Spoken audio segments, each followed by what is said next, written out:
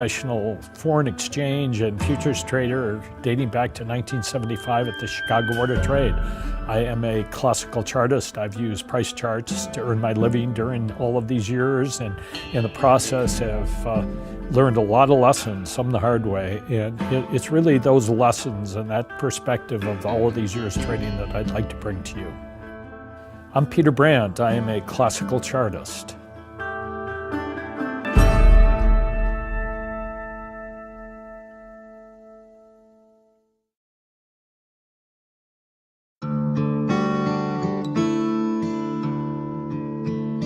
I would like to relate to you very sad and very true stories.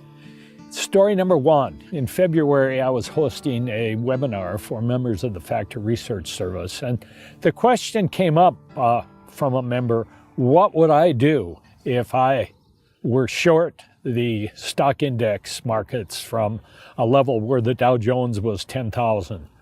I was flabbergasted. I was almost breathless after that question was asked, as I pondered the idea that the per contract loss in a contract of the Dow Jones futures would have been over $50,000, that somebody would be short the Dow Jones for more than half of its rise since the 1930s depression low. I wasn't exactly sure how to answer, but I did answer because the answer was rather simple. Over the years as a trader, I have focused on risk management, and I have developed a number of different little techniques and tools and guidelines that help me from taking the big loss, because it's big losses such as this, which occur all too frequently, that really end the career of traders and end the aspirations of novice traders who are looking forward to a career in trading. In a couple of examples of that would be the fact that I always have a stop in the market. I don't come into a market, put a position on and ignore it, and then hope for the best, and then get stubborn and then get so far underwater in a trade that I have no choice but to hang on and have it get bigger. I use stops. I get stopped out of positions. A second technique that I use is to always get out of a loss on a Friday. And so I am geared up as a trader to avoid just such a story. Story number two, I started in the crazy world of Twitter back in early 2011 at the encouragement of my publisher, John Wiley & Sons, who had just published a book that I did on my own trading. And it was a crazy world at that. I had no idea that the world of Twitter even existed. I was very lucky in April of that year to call within 24 hours the absolute high of the silver market at $50, and I did so boldly and, looking back, almost with arrogance. And I received the full wrath of the Twitter world and silver bulls who lived in it. There was one particular other member of the Twitter world who bet me $1,000 that the price of silver would never again go below $25 an ounce. And I eagerly took that bet. I won the bet, he lost the bet, he never paid, and he disappeared from the world of social media. I later heard that he had his entire fortune wrapped up in the price of silver at an average of $38, and he lost his complete family fortune on the crash of the silver market. What was the lesson there? I mean, for me, the lesson is that he was betting on everything he understood to be the global macro story of silver, the cost of production, the limited supply, all of these other factors. He got caught up in what the title of the market was, the name of the market in the upper left-hand corner of the chart. That's what he thought he was trading, where I was trading price and price alone. I looked at the y-axis on the right-hand side of the chart. He was caught up in the excitement of the name of the chart itself, and that was a lesson there. I look back and realized how fortunate I was early in my career to have had another member of the Chicago Board of Trade take me under his wing. It's an individual who was probably the best risk manager, money manager I had ever encountered as a trader, and he really mentored me. He poured a lot of his life into me, and at the time, I guess I was a novice enough that I actually believed the things he was telling me, but I look back now and just realize the wisdom that he shared with me was just priceless. It's prevented me from falling into situations just like the two stories I've related.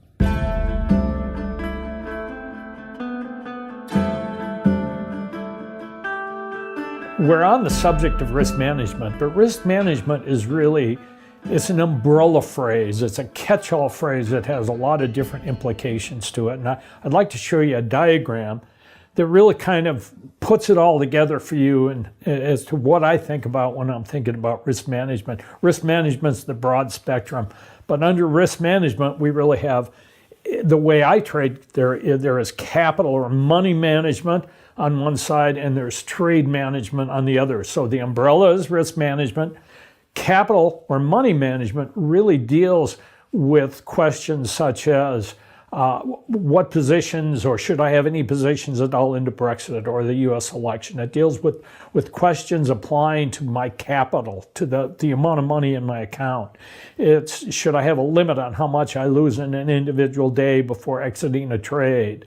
How should I position myself before an important Fed announcement? What should be the composite risk on highly correlated trades? How much should I risk per trade? Those are all capital management questions and decisions for me. And then there's trade management's the other side. And trade management really applies to individual trades that I'm in. How do I get into a trade? What's my strategy for doing that?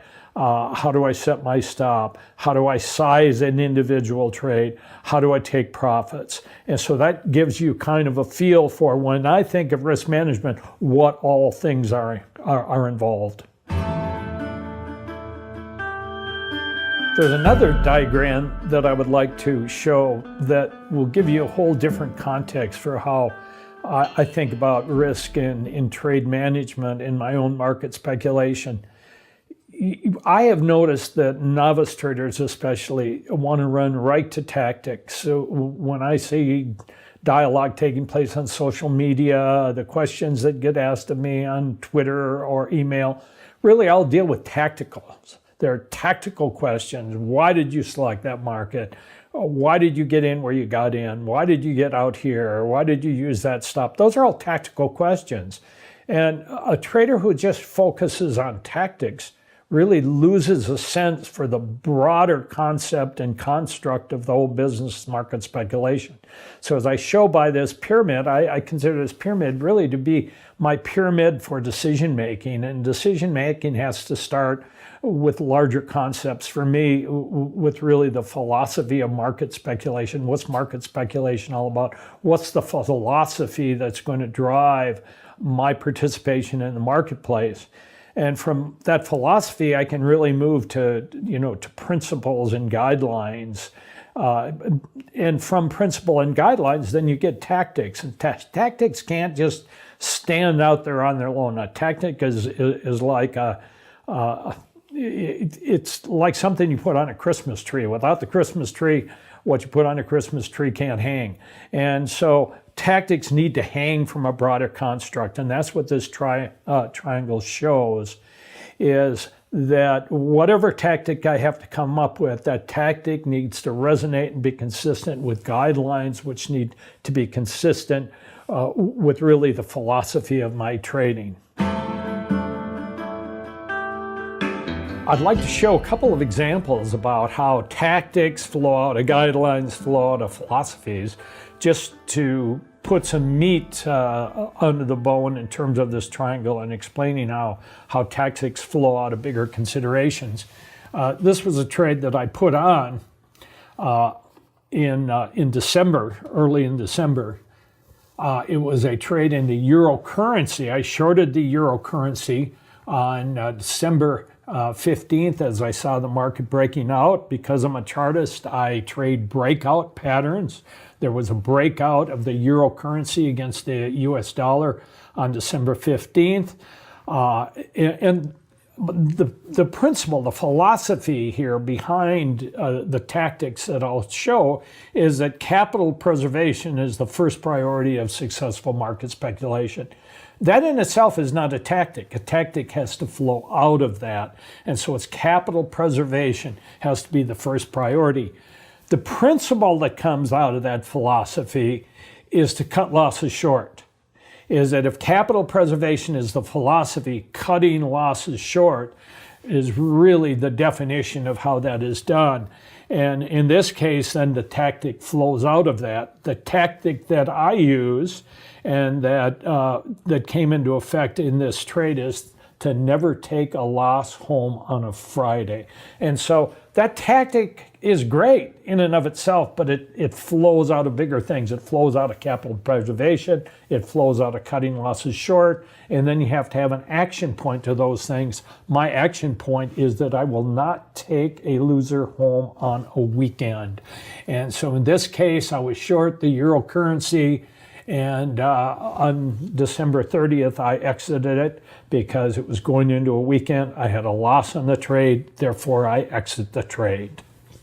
The final two examples really fit into the triangle in the sense that the philosophy of market speculation is that net profitability will really come from very few large trades.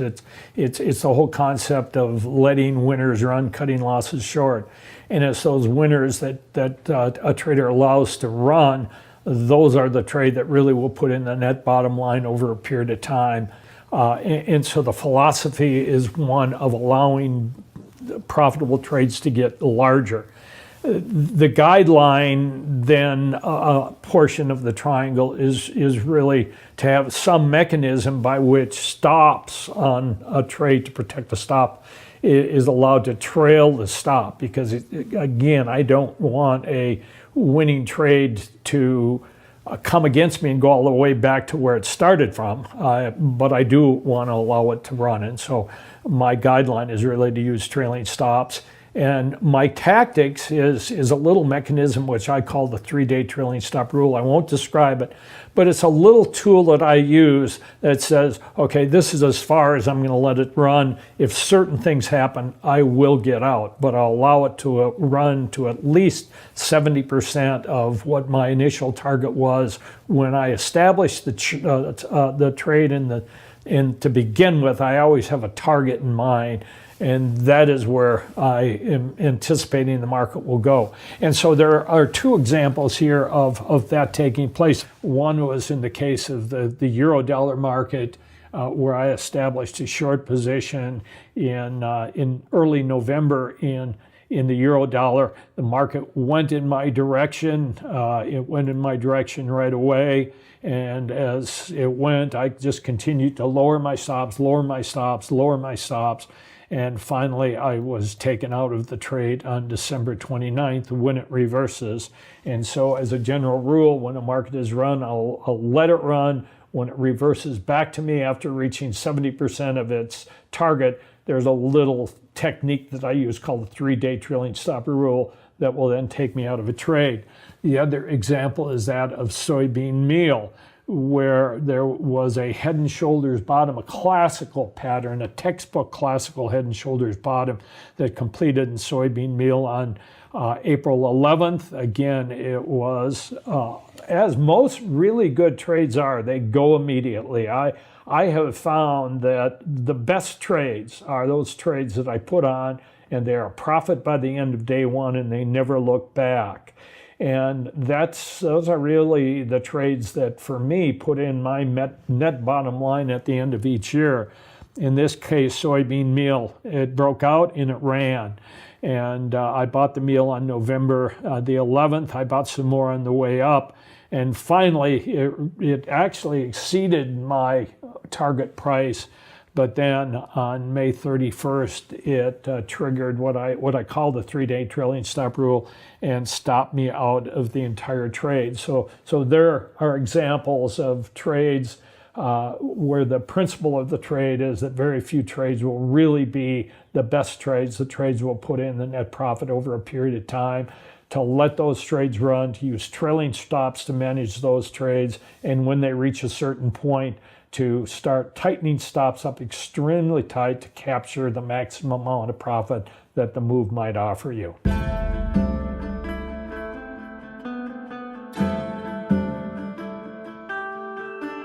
I could talk about trading tactics all day long. In fact, I would say that 90% of the questions I get from people on Twitter and by email deal with trading tactics, the what markets to buy, when, and how.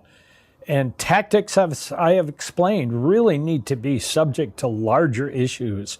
And so what I'd like to talk about now is the major philosophical principles and guidelines that over time, sometimes through trial and error, sometimes through losses, but at least I have come to understand as those things which really need to guide my trading. The very first guideline principle that I'd go by is the fact that my judgment on markets is unreliable. I cannot trust it. I may think I know where a market's going to go. I may be absolutely convinced that I know what a market is up to. But in the final analysis, at the end of the day, markets are going to do what they're going to do. So I cannot trust and become dependent upon my judgment on where a market's going to go.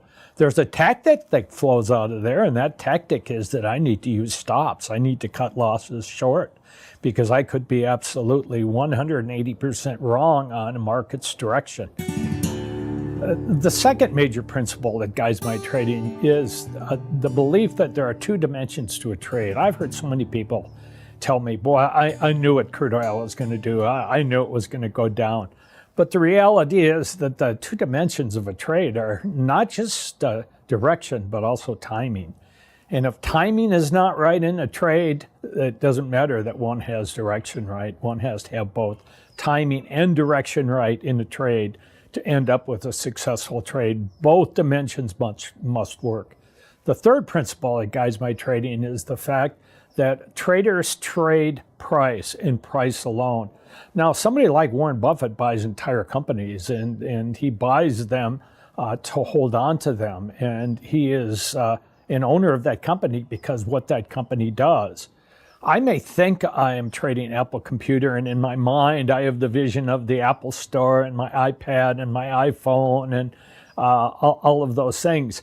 I may think that I'm trading soybeans, and I have a mental vision of a farm and a tractor. I may think that I'm trading a variety of things, and what I may be fixing on is the name of on that chart that's up in the upper left-hand corner. But the reality is I trade price and price alone. Unless you're Warren Buffett, if you are trading, as I do, for price change, then we trade price. And so I need to keep in mind that there is a differential between what I'm trading and the fact that I am really just a price trader. I'm trading price change, and that is how I make my living.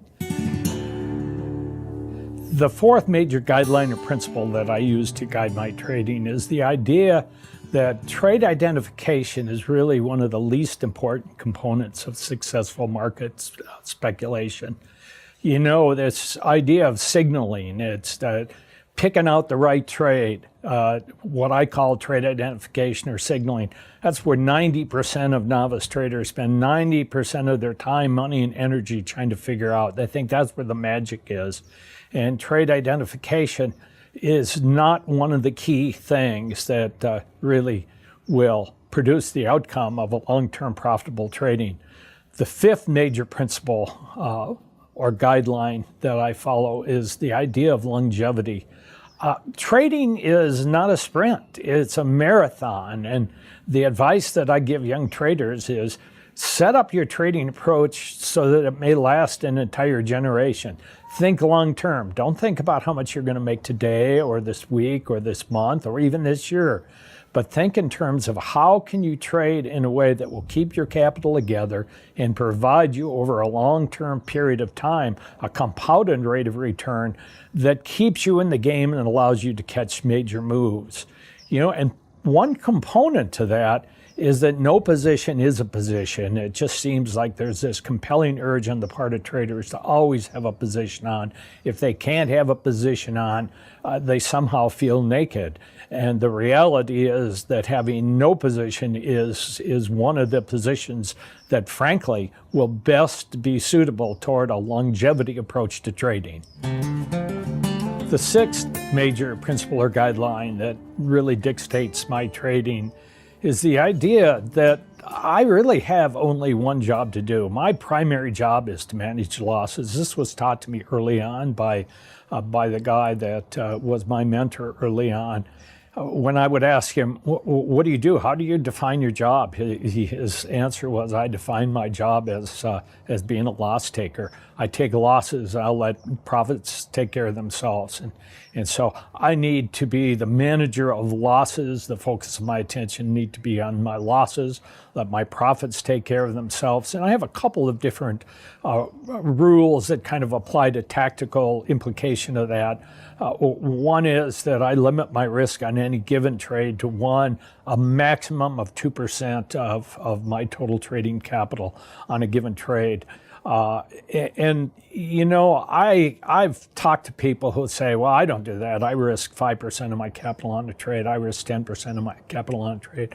I think that's fine for people like George Soros, but for an active trader who comes in with the idea that they're going to trade markets, I can't go into the statistics and how they work now, but I can say without a doubt that the person risking 5 or 10% of their capital on each trade is just bound for doom, and that's the reality of how the math works.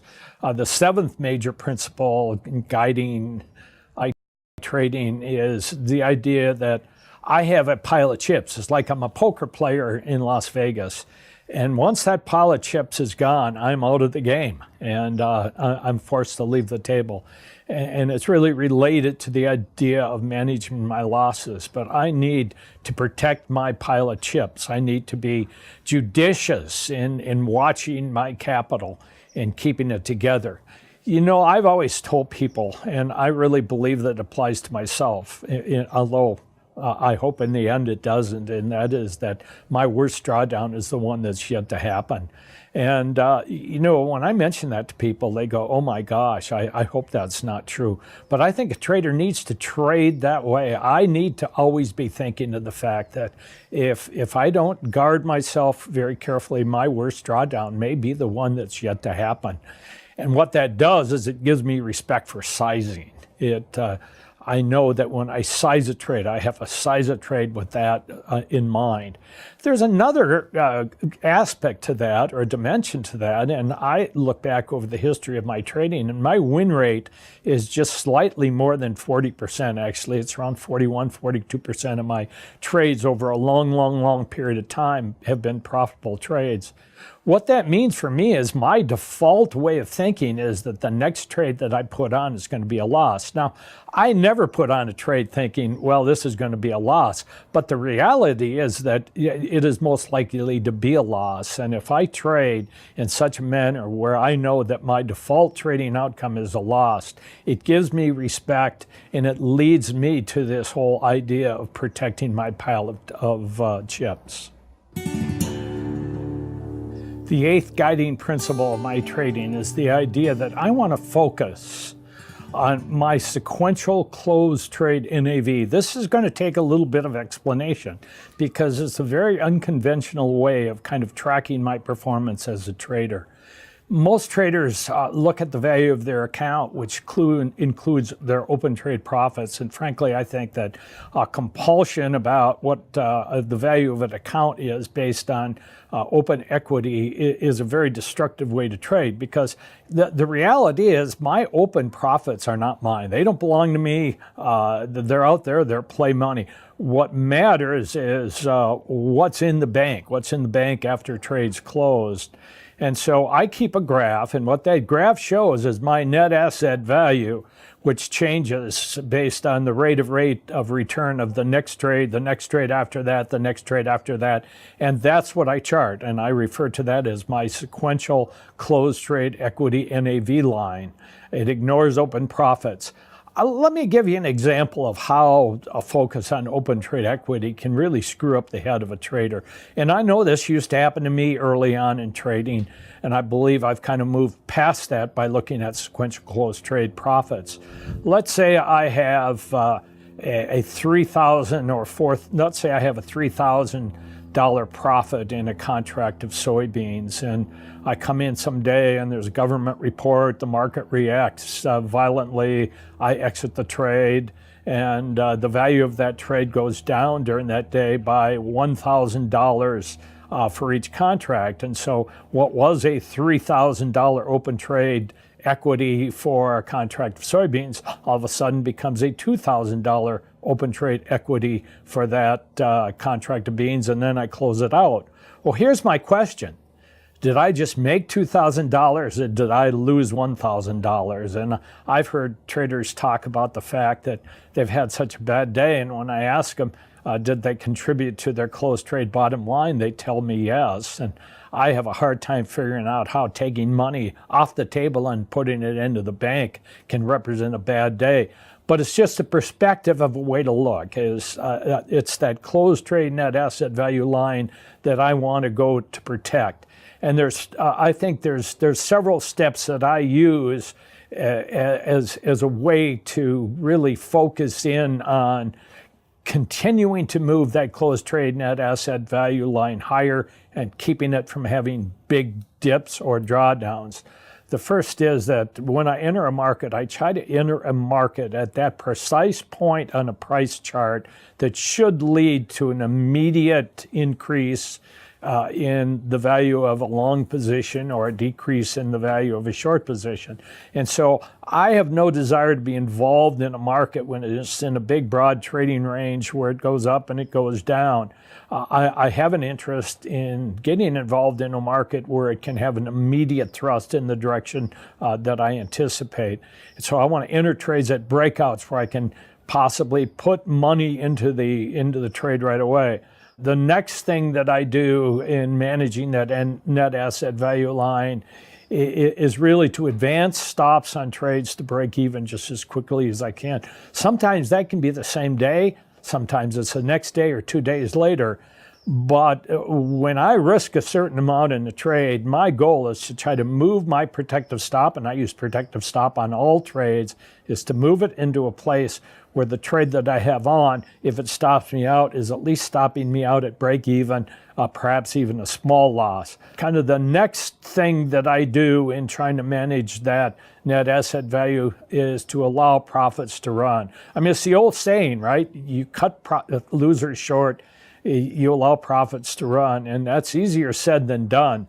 The reality is that there's a great temptation on the part of a trader who perhaps have taken a loss on the last 5 trades he did. All of a sudden, you're in a trade that's making money, and there's a great temptation to grab money just as quickly as you can.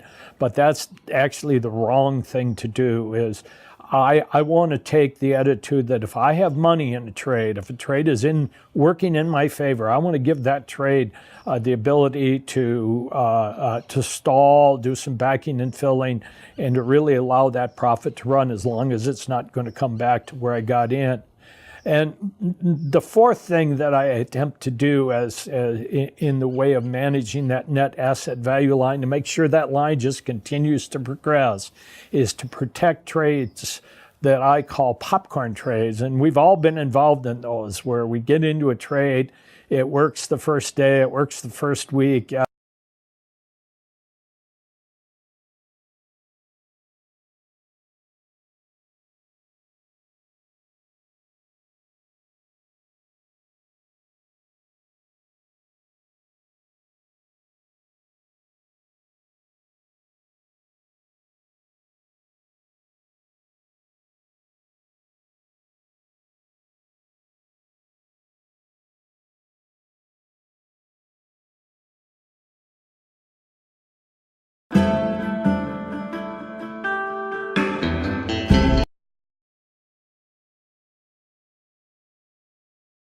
To where I got in.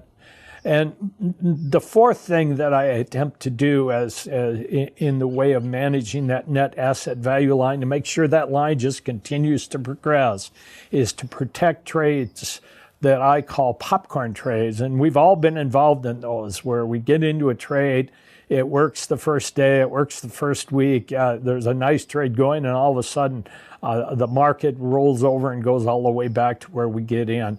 I have various statistical methods that I use to manage that type of trade, but the idea is that I want to employ tactics that prevent a trade from having a profit and then moving all the way back down to where I get in. The ninth major principle or guideline that I attempt to guide my trading decisions are the fact that money management has to take priority over my market opinions. You know, what I think about a market or what position I'm in or my view of a chart, let's say, is irrelevant if a market starts going against me and I have a trade that has a loss. Who cares what the chart says to me if I look at a position and it's going into a losing position? So I try to make money management take priority over my opinion of a market. What that means, though, is that I may be stopped out of a trade and I haven't changed my opinion on a market. And there's a saying that I use that people kind of quote me to saying, and that is strong opinions weakly held. I can have a strong opinion on a market, but the minute I have a position that turns the wrong way, I want that opinion to be weakly held. And the 10th and final principle that guides my trading, it deals with trading metrics. You know, one of two things that people ask me right away, and it seems to be the two questions that most people want to know about trading, and that's what is your annualized rate of return is the first one, and then one is your Sharpe ratio is the second one. And the reality is those two metrics are basically junk. They need to be placed on the junk pile. They're not good measures of a trader. Rate of return, everybody wants to know about. Everybody wants to know about Sharpe ratio, and frankly, Sharpe ratio, in my opinion, is worthless. They don't really represent good measures of the skill of a trader. There are, however, three metrics that I believe in, and I believe that anybody that takes their trading seriously, that wants to think of themselves as being in the business of trading, these are metrics that they need to keep track of them. The first one is what I call the gain to pain ratio. And these ratios are available. A person can Google them. They're in a book that was written by a friend of mine, Jack Schwager. But it's the gain to pain ratio. And to calculate gain to pain ratio, what a person does is they work out an equation, and they calculate what the sum of all their monthly rates of return is. And so you have a monthly rate of return of 1%, and then the next month you have a rate of return of 2%. And all of a sudden you're at 3, then you have a -1, now you're back to 2. And so you take a mathematical sum of all your monthly rates of return, and you divide that by the sum of the absolute value of the negative monthly rates of return. And what you end up with is a ratio. A gain to pain ratio of 1 is considered to be quite good. A gain to pain ratio of 2 is excellent for a trader. A gain to pain ratio of 3 or above is really world class. So I want to focus on that. It's a risk adjusted return that's very different than Sharpe, much more active, I think much more lively. The second ratio that I focus in on is what's called the profit ratio, whereas the gain to pain ratio dealt with monthly rates of return, both negative and positive. The profit ratio deals with individual trades. And so to calculate the profit ratio, one adds up the cumulative rate of return of each individual trades. And so you calculate what the rate of return of each trade is against total trading capital. You add up all of the positive rates of return, the cumulative of all of those trades that were positive, and you divide that by the absolute value of the cumulative rate of return of all the negative trades. And so it's all the positive trades above the line, all the negative trades below the line, and that produces a ratio. That again is a metric that I really want to pay attention to. Those are metrics to me that matter much more than what my rate of return is, much more than what my Sharpe ratio is.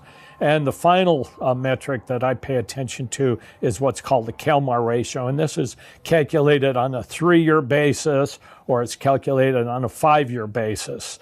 The textbook calculation of Kalmar ratio is 5 years. And to calculate the Kalmar ratio, you take your average annual rate of return over some period of time, 3 years, 5 years, you could even do 10 years, and you divide that by what your worst drawdown was during that same equivalent period of time. And so a 5-year Kalmar is your 5-year annual rate of return divided by your worst drawdown during that 5-year period, and you end up with a ratio there. In the case of Kalmar, it's very similar to gain to pain.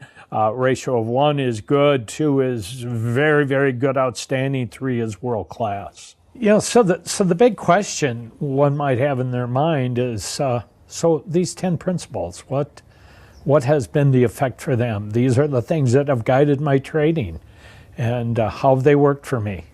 And let me first just add a disclaimer that past performance is not indicative of future results, but I'm just thrilled with how risk management and attention to these principles have worked for me during my trading career. In 2010, I had my trading records going back to 1981 reviewed by an auditing firm, and they attested to my performance. They compared my brokerage statements with my bank statements, and more importantly, with what I paid the Internal Revenue Service in the United States. And they calculated that my average rate of return during that period was about 41.6%. And I don't attribute that to my genius or my smarts or my talents as a trader. What I do attribute it to is the attention that I have paid to risk management and the principles that we've talked about in that video. I'm much more satisfied with some of these other metrics that I've accomplished during this period of time. A profit ratio of over 3.5.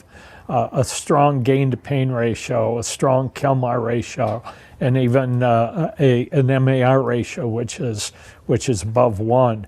And it's those metrics that matter to me. And I believe that traders who pay attention to the metrics that are really important and really attempt to achieve those metrics will be very, very pleased with how their trading performance progresses over a period of time.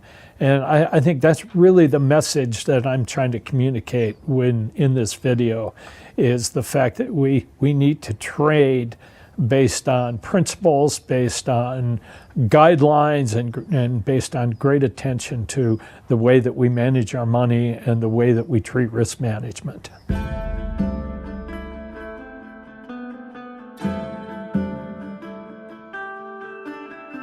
I would like to end this video with a word of encouragement to you traders out there who sometimes feel frustrated with the progress you're making trading. And I'm older than 70 years old, and I sometimes feel like I'm never making progress. I mean, that's kind of the reality of what we do. But I would like to give you an encouraging word. I know when I first started trading, I just kind of thought, well, this was the problem I was facing. And really successful trading is just a process of solving problems one after another. And I think, okay, I'm going to get over this hurdle, and it's going to be clear running. And you work hard to try to solve some aspect of your trading, and you get over that hurdle, and you think you're clear sailing, and you run right into another hurdle. And it's one after another. And trading is a long-term process of solving problems one after another. And I think sometimes you get the feeling that it's 2 steps forward and 1 step back. You make some progress, and then you get a little bit of discouragement, and you make some progress, and it's a little bit discouragement. And the reality of trading, and I could get into the statistics and the probability theory, it's a little more complicated than the scope of this video. The reality is that trading progress is 2 steps forward, 1 step back. That is the reality. I want to show you a graph of factor trading, which is my firm, our proprietary trading account going all the way back to 1981. And this is what's called an underwater curve. And this shows you really what is happening most of the time. The reality for a trader is either they are in a drawdown or recovering from a drawdown the vast majority of times. And I know that feels very counterintuitive. But if you're a trader and you're in the trenches, I think you'll understand that it's not new high equity each day, each week, each month, each year. It's 2 steps forward, 1 step back, and there are statistical reasons for that. And if you look at the factor underwater curve, the reality is that even though I have had a great degree of profitability in trading for me in my own proprietary account, I've accepted the fact that I'm either in a drawdown or recovering from a drawdown the vast majority of time. And it's just not in futures and Forex that takes place. I want to show you another graph here in a minute to illustrate this point. But we all know that since the early 1980s, the U.S. stock market has been one massive bull market. And you think if you had only bought the stock market in 1982 or 83 or 84, whatever the case may be, that it's nothing but a gravy train from there on forward. And this is the underwater chart of the S&Ps since 1986, which has been a massive advance since that point. And as you can see on this chart, the S&Ps, if you're just simply trading the S&Ps through an ETF or a balanced portfolio, from an underwater standpoint, the S&Ps have either been in a drawdown or recovering from a drawdown the vast majority of time since 1986. And again, there are very statistical probability theory reasons why that happens, and it's counterintuitive, but I think if you're a trader, you understand this concept. And I think what that means, given that fact, is just the focus on risk management. Is you realize that it is 2 steps forward, 1 step back. That's the reality of how markets go. That's the reality of a trader's life. And so the focus during that period has to be on risk management to prevent the drawdowns from getting too deep so that the recovery periods can be more rapid from a more shallow point. Charting is an interesting thing. If you get in a room, 10 different chartists and show them a chart, you're going to get about 15 different opinions. Keep in mind, I'm a classical chartist. My training and my frame of reference is the book written by Richard W. Schaubacher so many years ago.